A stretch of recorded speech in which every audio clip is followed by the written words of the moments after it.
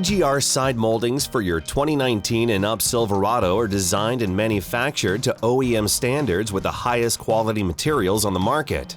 Installation is simple and doesn't require any drilling or modification to your truck. You can simply fit it and quit it. If you'll be painting your EGR side moldings, ensure the painting process is finished before installing the moldings onto your vehicle. This is all you'll need to complete the installation.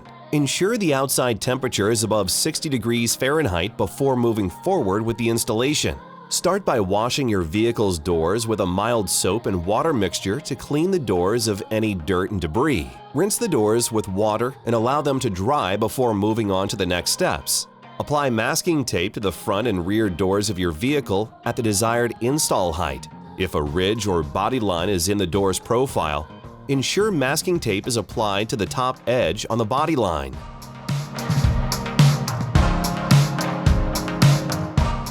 Ensure the masking tape is in a straight line to assist with aligning your side moldings to the front and rear doors. Position your side molding onto the door with an equal distance from the trailing rear edge and forward leading edge of the door. Once the molding is aligned, mark the position with a non-permanent marker onto the surface of the masking tape you applied earlier.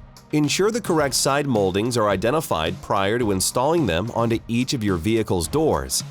They can be identified by looking on the back side of each side molding. Next, peel back approximately 2 inches of protective tape liner at alternating corners of the side molding. Align the rear end of the side molding with the position noted earlier. Ensure the tape liners are facing forward and apply light pressure in the exposed tape areas. If a body line is in the door profile, position the side molding so the top edge of the part runs below and parallel to the body line profile. Step back and ensure the side molding is positioned correctly on the door's surface in the desired location. Slowly peel the remaining tape liner away by pulling the exposed ends of the protective liner and apply firm pressure around the attachment areas.